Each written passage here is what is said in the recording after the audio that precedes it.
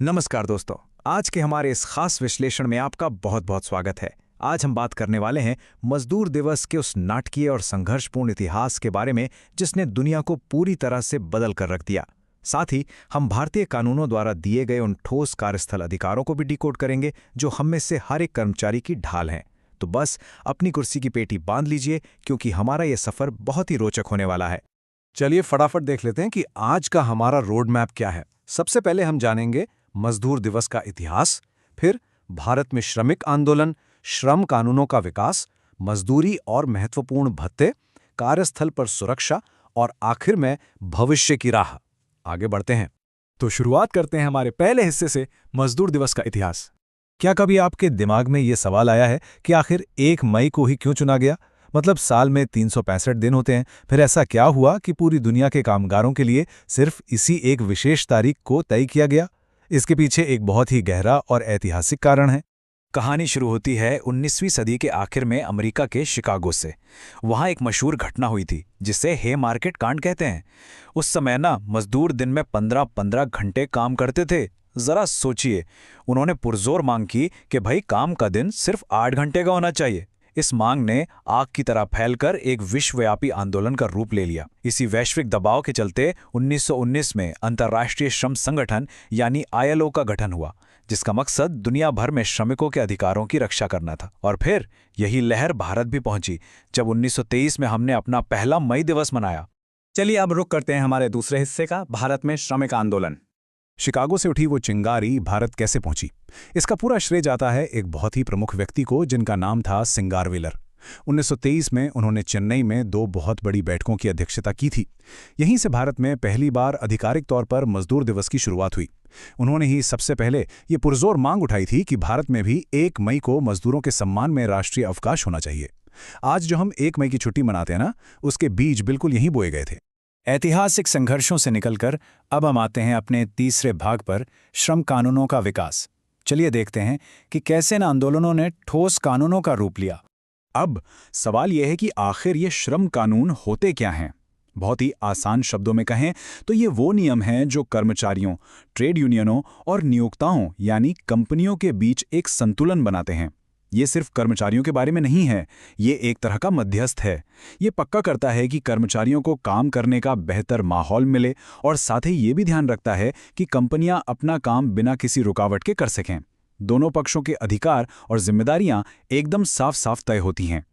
अब आते हैं अपने चौथे हिस्से पर, जिसका सीधा असर हमारी और आपकी जेब पर पड़ता है, मजदूरी और महत्वपूर्ण भत्ते। मजदूरों का जो सबसे बड़ा सुरक्षा कवच है वो है वेतन भुगतान अधिनियम। इसका सीधा सा मतलब यह है कि आपकी कंपनी आपकी मर्जी के बिना या बिना किसी जायज़ वजह के आपके वेतन से पैसे नहीं काट सकती। और सबसे ज़रूरी बात, ये कानून इस बात की गारंटी देता है कि आपको आपकी मेहनत की कमाई नियमित अंतराल पर और बिल्कुल सही समय पर मिले। क्या आपने कभी सोचा है कि सरकार न्यूनतम वेतन आखिर तय कैसे करती है? ये कोई हवा में तय किया गया नंबर नहीं है। इसके पीछे बाकायदा एक वैज्ञानिक तरीका है। सरकार एक औसत वयस्क के लिए 2700 कैलोरी भोजन, एक परिवार के लिए सालाना 72 गज कपड़ा, सिर पर छत के लिए कम से कम आवास किराया और ईंधन और बाकी खर्चों के लिए 20% एक्स्ट्रा जोड़कर ये पूरी गणना करती है। मतलब न्यूनतम वेतन इतना होना ही चाहिए कि एक इंसान अपना और अपने परिवार का भरण पोषण पूरे सम्मान के साथ कर सके। अब एक बेहद दिलचस्प कानून की बात करते हैं, ग्रेच्युटी। ग्रेच्युटी भुगतान अधिनियम 1972 असल में आपकी वफादारी का इनाम है।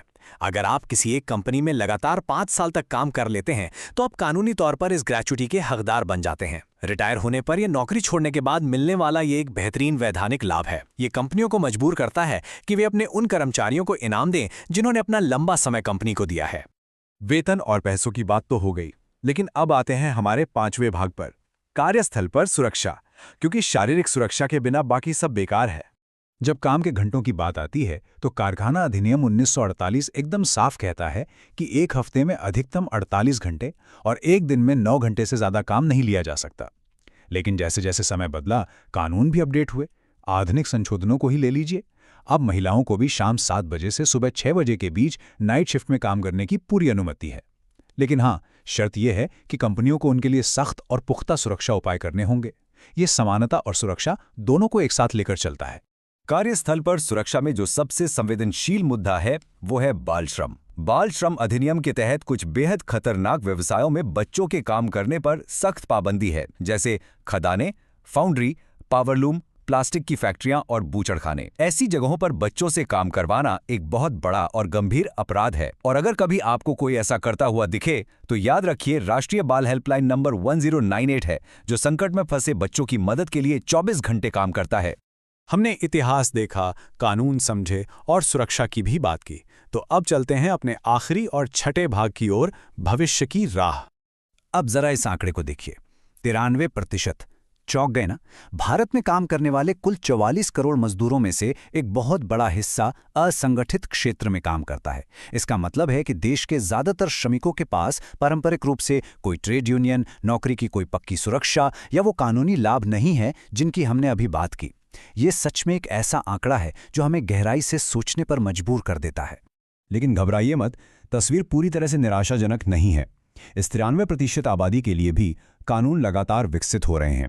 असंगठित श्रमिक सामाजिक सुरक्षा अधिनियम 2008 एक ऐसा ही कदम है। इसका सीधा मकसद है रेहड़ी पटरी वालों, ठेका मजदूरों और घर से काम करने वालों को एक आवाज़ देना। ये उनके लिए एक सामाजिक सुरक्षा ढांचा बनाने की कोशिश है, ताकि उन्हें भी जीवन बीमा, स्वास्थ्य लाभ और वृद्धावस्था पेंशन जैसी ज़रूरी सुविधाएं मिल सकें। चीज़ें बदल रही हैं। तो आज की इस पूरी चर्चा में हमने देखा कि सिर्फ 8 घंटे की शिफ्ट और समय पर वेतन का अधिकार पाने के लिए लोगों को कितनी लंबी लड़ाइयां लड़नी पड़ी हैं। तो जाते जाते मैं आपसे एक सीधा सा सवाल पूछना चाहता हूं, आप अपने कार्यस्थल के अधिकारों को कितनी अच्छी तरह जानते हैं? क्या आपको पता है कि कानूनी तौर पर आपके पास क्या क्या ताकतें हैं? अपने अधिकारों के प्रति जागरूक होना ही सशक्तिकरण की पहली सीढ़ी है। आज ही अपने अधिकारों के बारे में और जानने की कोशिश करें।